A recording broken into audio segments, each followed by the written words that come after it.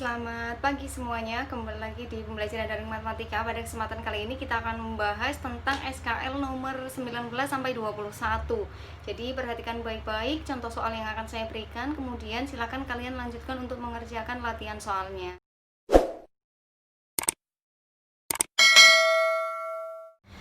Kita ke SKL 19. Jadi SKL 19 ini adalah transformasi geometri. Jadi ada translasi, refleksi. Ini yang kita bahas di sini dulu. Untuk translasi adalah pergeseran atau kita sebut sebagai T. Misalnya suatu titik P X, Y ditranslasikan sejauh A, B. Maka bayangannya adalah X plus A, Y plus B. Jadi X aksen dan Y aksen ini artinya adalah bayangan dari titik P. Kemudian untuk refleksi adalah pencerminan. Nah ini ada banyak rumus yang harus kalian ingat kembali. Untuk yang pertama, P adalah titik awal. Titik awalnya X, Y semuanya ya. Ketika dicerminkan terhadap sumbu X, maka bayangannya sama dengan X, min Y. Jadi dicerminkan terhadap sumbu X kan yang berubah adalah nilai Y-nya. Kemudian ketika dicerminkan terhadap sumbu Y, maka bayangannya menjadi min X, Y. Nah, yang ketiga, jika dicerminkan terhadap garis Y sama dengan X, maka bayangannya akan menjadi Y, X. Kalau dicerminkan terhadap Y sama dengan min X, bayangannya menjadi min Y, min X. Kemudian kalau misalnya X sama dengan K, jadi suatu titik P, X, Y dicerminkan terhadap X sama dengan K, maka bayangannya sama dengan 2K dikurangi X, Y. Yang berubah adalah nilai X-nya. Kemudian kalau dicerminkan terhadap Y sama dengan K, berarti yang berubah adalah nilai Y-nya. X-nya tetap X, 2K dikurangi Y. Kemudian ketika dicerminkan terhadap 0,0, titik 0,0, maka bayangannya menjadi min X, min Y. Dan ketika dicerminkan terhadap titik A, B, maka bayangannya menjadi 2A min X, 2B min Y. Untuk lebih jelasnya kita ke contoh soal. Jadi untuk SKL 19, garis Y sama dengan 2X ditranslasi dengan 43. Persamaan garis hasil translasi adalah ini ya. Nah, kita tuliskan Y sama dengan 2X, translasinya ini kan T-nya 4,3. X aksen kita mencari masing-masing, kan kita mencari bayangannya. X aksen sama dengan X plus 4, kan tinggal ditambahkan. Y aksen sama dengan Y plus 3. Jadi X-nya ditambahkan 4, Y-nya ditambahkan 3. Kita ubah menjadi bentuk X sama dengan dan Y sama dengan. Untuk yang pertama, X sama dengan X aksen min 4. Berarti kan 4-nya pindah ruas. Kemudian yang bawah juga sama, Y sama dengan Y aksen min 3. Nah, dari sini Y sama dengan, kita masuk ke persamaannya, Y sama dengan 2X. Kita tuliskan, ini saya geser dulu. Y sama dengan 2X. Kita ganti X dan Y-nya dari persamaan baru. Y-nya kita ganti Y aksen min 3 sama dengan 2 kali X aksen min 4.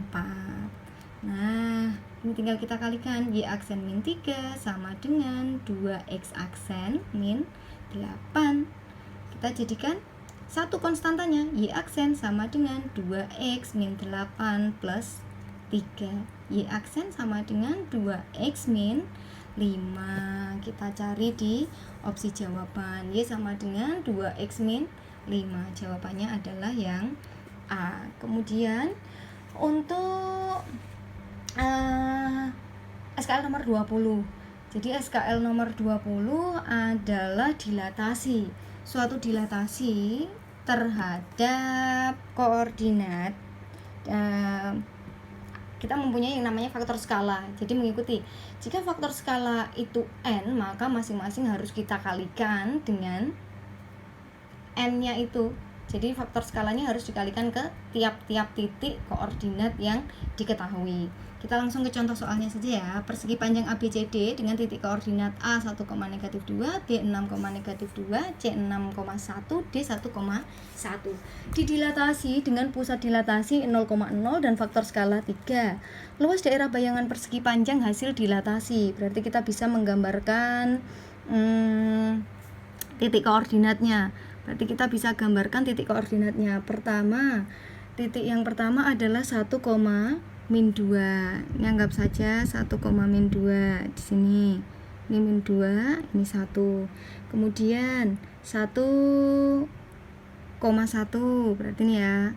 1. Ini 1. Kemudian ini A. Terus ini D. B-nya 6, -2. Ini 6. Ini -2, ini 6. Ini C. Kemudian titik ini B, kemudian titik C-nya 6,1. Ini 6,1 titik C. Dari sini ini adalah gambar persegi panjang ABCD yang pertama. Kemudian didilatasi dengan faktor skala 3. Faktor skala 3 berarti masing-masing harus kita kalikan dengan 3. A jadi berapa? Titik A aksen akan jadi 3, min 6. Nah, di sini berarti kan 3, min 6. Berarti di sini letaknya. Ini A aksen. Kemudian B aksen jadi berapa? B aksen jadi 6 kali 3. 18, berapa? Min 6. 18, min 6. Berarti ini lebih panjang lagi ya. Misalnya ini 18. Ini min 6, ini B. Ini tarik garis. Kemudian C jadi berapa C aksennya? 18, 3. Berarti kan di sini 18,3. Ini C. Tarik garis. Kemudian D-nya jadi berapa? D sama dengan 3,3. Ini dari 3 di sini 3,3. Nah, D. Jadi dari persegi panjang ABCD ketika didilatasi dengan faktor skala 3 berarti kan akan menjadi persegi panjang yang besar. Yang ditanyakan adalah luas daerah bayangan persegi panjang. Nah, luas daerah ini. Luas daerah persegi panjang bayangan. Luas daerahnya sama dengan panjang dikali lebar. Kita hitung panjangnya. Panjang kan dari koordinat ini 3 menuju ke 18. Berarti berapa panjangnya? Ada 15. Kemudian kita cari lebarnya. Lebarnya dari titik berapa? Dari titik -6. -6 ke 6. Jadi ada berapa? Dari -6 ke berapa? Ke 3. Ini kan 3 sini. Sehingga ada berapa satuan? Ada 9. Maka tinggal dikalikan 15 kali 9. Hasilnya adalah 135. Nah, kita cari opsi jawabannya 135. Berarti jawabannya yang D. Kita lanjutkan ke SKL 21. Jadi langsung ke contoh soalnya saja ya. Ini kaitannya masih dengan trigonometri. Ahmad melihat puncak menara dengan sudut elevasi 60 derajat. Jika jarak Ahmad ke kaki menara adalah 12 meter, tinggi puncak menara adalah, berarti kita gambarkan Ahmad melihat puncak menara. Berarti Ahmad itu di titik sini. Anggap saja ini menaranya. Jadi di menara ini Ahmad melihat dengan sudut elevasi. Sudut elevasi adalah sudut yang ada dari kita melihat dari bawah menuju ke atas. Sudut elevasinya 60 derajat. Berarti kita letakkan 60 derajat di sini. Kalau sudut depresi berarti kita dari atas gedung melihat ke bawah. Itu namanya sudut depresi. Tahu bedanya ya? Nah, dari sini jarak Ahmad ke kaki menara adalah 12 meter. Jarak Ahmad ke kaki menara. Berarti ini kaki menara. Ahmad di sini. Jaraknya adalah 12 meter. Yang ditanyakan adalah tinggi puncak menara. Ini tingginya yang dicari. Nah, kita bisa menggunakan perbandingan trigonometri untuk mencari sisi yang diketahui. Kita berarti menentukan sisi depan, samping, dan sisi miring. Berarti yang diketahui adalah sisi 12 adalah sisi samping. Kemudian acuannya adalah sudut 60. T adalah sisi depan. Yang diketahui samping, yang ditanyakan depan. Berarti kita menggunakan perbandingan apa? Kita ingat kembali, sin sama dengan demi. cos sama dengan sami, tan sama dengan desa. Nah, kalau diketahui sa dan ditanyakan d, berarti kita menggunakan yang tan. Maka di sini kita tuliskan tan 60 sama dengan desa. Tan 60, berapa nilai dari tan 60? Akar 3 sama dengan depannya T per 12, sisi sampingnya, sehingga nilai T sama dengan 12 akar 3. Nah, kita isikan T-nya 12 akar 3 meter. Bisa dipahami ya?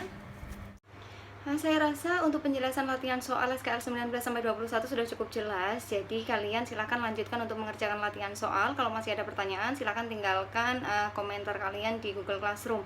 Kemudian jangan lupa kerjakan latihan soalnya dan kumpulkan di tugas kelas. Tetap semangat, selamat pagi.